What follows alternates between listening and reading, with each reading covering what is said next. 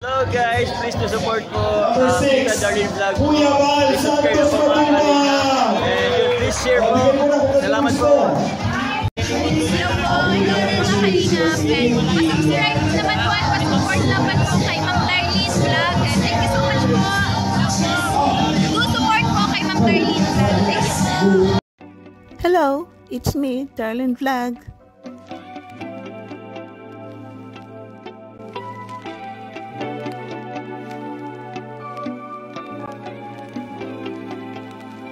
Good morning mga kalingap, good afternoon, good evening mga kachongkar. It's me, Darlene Vlog. So meron tayong reactionan, chismisan, maritisan, but pang pag-good vibes, hindi nika. So bago yan, siyempre shoutout muna natin si Kuya Val Santos Matuwang, si Ate na Vlogs, si Kalingap Rab, ang presidente ng Karipa, Birador, si Kuya Noli, Oleda TV, Kalingap Jomar, Carla Tapilar, pag-subscribe po sila mga kalingap, panoorin ang kanilang mga vlog. At siyempre, huwag niyo kalimutan si Darlene Vlog. Thank you po! Dito, sa highlights natin na, bakit ganyan si Carla? Ganyan ba si Carla? O, di ba? Parang kakaiba na, bakit ganyan si Carla? Ganyan ba si Carla? Kasi, kakaiba si Carla. Parang marami akong reels na napapanood na nagkaroon ako ng interest na sabi ko, parang na-catch yung yung brain ko na sabi ko, gusto kong reaction na nito dahil kakaiba. Kaya pinuntan ko ang vlog ni David na sabi ko, panoorin ko. So, ito. Kakaiba ang vlog na ito dahil sabi ko nga, bakit ganyan si Carla? Dahil nakita ko doon sa vlog ni David, sa mga reels na may ugaling si Carla na kakaiba. Na para siyang naughty for good na lang, parang makulit na katulad niya nung nagpa-practice sila ng kanilang ng sayaw ni Jomar, interpretive music na pag nag-stop ang kanilang practice, tumitingin siya kay David tapos gumaganon-ganon siya. Parang pa-cute-cute. Di ba po? So, panoorin po natin. Sabi slow na. Post lang. Parang susugulin mo siya.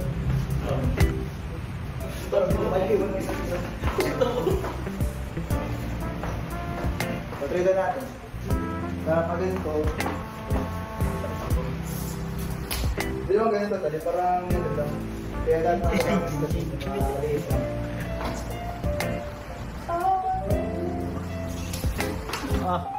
Oo, dahil na narinig ko.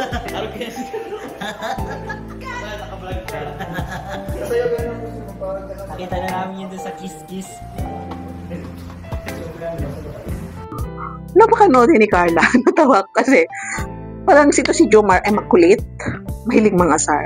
Bagay sila ni Carla. Natatawa dahil yun nga, pag may break time, yun nga kakulitan ni Carla. So sabi ng nagtuturo sa kanila ng dance na parang susugurin mo si Carla. Tapos umikot siya, tumakbo, parang pag gano'n, di ba ginaganon siya ni Jomar? Bigla niya ginanon siya ni Jomar. Sabi ni Jomar, nagkita yun, nag-vlog ka. Ito talaga si Carla. So, ang galit ni Carla is naughty siya. Naughty na hindi naughty na bad. Naughty siya na kakulitan. Naughty siya for good. Yung aasarin ka niya. Napaka-cute ni Carla dito mga kachongkar. Ay naku Carla. Ito, di ba?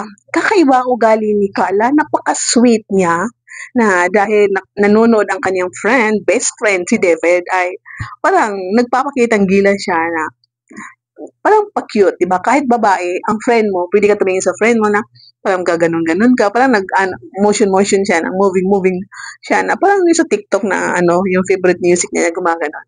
Tapos, alam niya na binavlog siya ni David. So, nakita dito rin sa isa na parang gumaganon siya.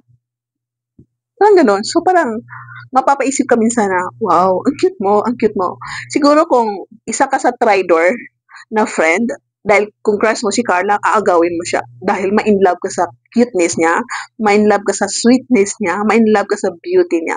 Kakaiba. So, ito si David ay, siyempre, best friend, hindi rin siya mga agaw. So, hanggang dyan na lang siya, kuya. Masaya siya habang nanonood sa practice ng mag-agom na yan na parang napapasabi, parang gano'n, di ba po? So, napapahanga ko kay Carla kasi sabi ko sa sarili ko, you're so cute. Napaka-cute niya na habang nagbe-break sila ng kanilang practice ay binibigyan din niya ng time, yung sumisilip siya sa friend niya na nagpapakitang cute siya, di ba? Para dahil, siyempre, pag best friend mo, parang ganun talagang ugali mo sa friend mo, di ba po? Dahil friend niya si David, at alam din niya, ito si David ay nagpa-vlog.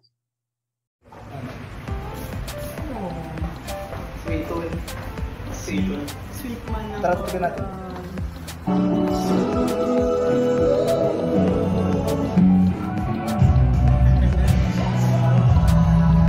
Normal na pag nagpa-practice tayo na hindi pa natin memorize ang ating presentation, ipipresent yung ating ipipresent or sayaw or awit. Minsan nagkakamali tayo. So, habang sumasayaw ang dalawa, dahil siyempre mag-move ang katawan, body language, dahil sayaw yan, imitative dance. So, siyempre, hindi maiwasan. Nasiko ni Jomar ang ating baby Carla sa ulo. So, natawa siya agad. Parang ganun. Parang tumawa siya. So, siguro kung walang vlogs, tingin ko nun, talagang yayakapin ni Jomar si Carla na haplos-haplosin, sorry love, sorry baby ko, sorry agom, ganun, yayakapin niya at baka halikan pa yung ulong ko sa anasiko, di ba po? So, umupo na lang si Carla. Parang gumaganon-ganon na si Jomar na pinunasan ni Jomar ang kanyang pawis. So masasabi natin, ang dalawa ito is, mayroon silang public na show na sila na, mayroon din silang privacy na hindi nila pinapakita sa private na. So, siguro kung walang camera yun, agom, hindi ko sinasadya. So, alam ko na kayo habang nanonood sa vlog ni David, ay natawa rin kayo, kagaya ko.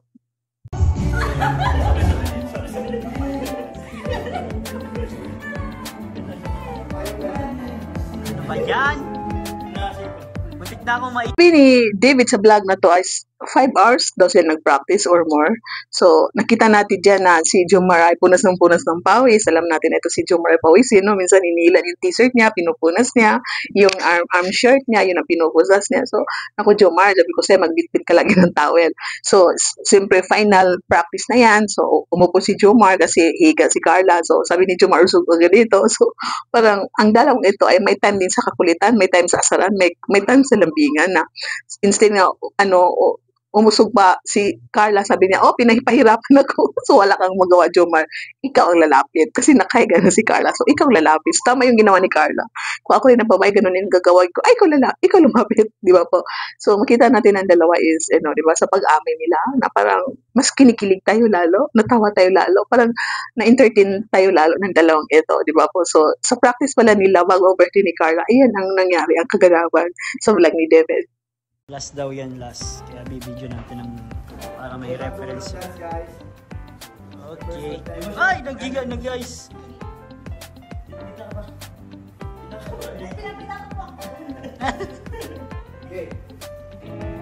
Oh, sweet. Sana Nang patapos ng kanilang practice, ikot-ikot, di ba, sayaw-sayaw, tapos gumaganon-ganon si Jomar sa ulo ni Carla, tapos umatras. Kita niyo anong ginawa ni Jomar. So, hindi maiwasan ng Bibi Carla na mapahagikik, ganon. So, yun ang mga ka-Jomar. So, panoorin po natin, then isunod natin yung final practice, at siyempre yung presentation ng Jomar sa birthday ni Carla. So, panoorin po natin, enjoy your watching. Enjoy while watching.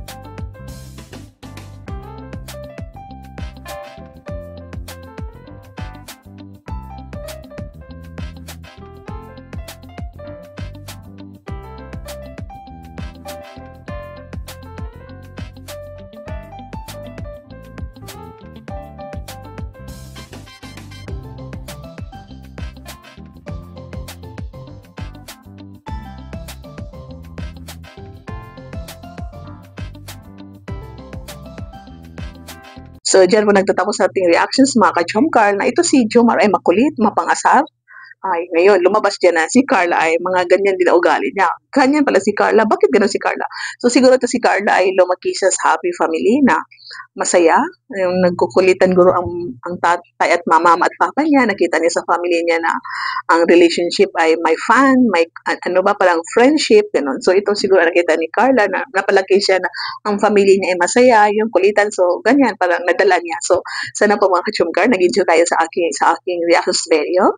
Sana masaya kayo at please huwag niyo kalimutan i-subscribe ating video. Paki-like po ang notifications. I-like ninyo ang bell para makatanggap kayo ng notifications during na meron tayong reactions video. So please, huwag niyo kalimutan siyempre isali ang i-follow o i-subscribe ang buong Kalingap, ang Kalingap partners, mga charity vloggers, mga reactors, si Kuya Val, si Atena, si Kalingap Rap. Tuloy-tuloy lang po ang pagmamaraton ng mga vlog ni Kalingap Rap, gaya ng pagmamaraton nyo sa mga vlog ni Jomar. At pakisali po ang vlog ni Kuya Val Santos Matubag. Shoutout sa lahat ng love team, Kalingap, sa lahat ng Jomcar community, lahat na mga groups, mga admins, mga founders. Ingat kayo and God bless you all.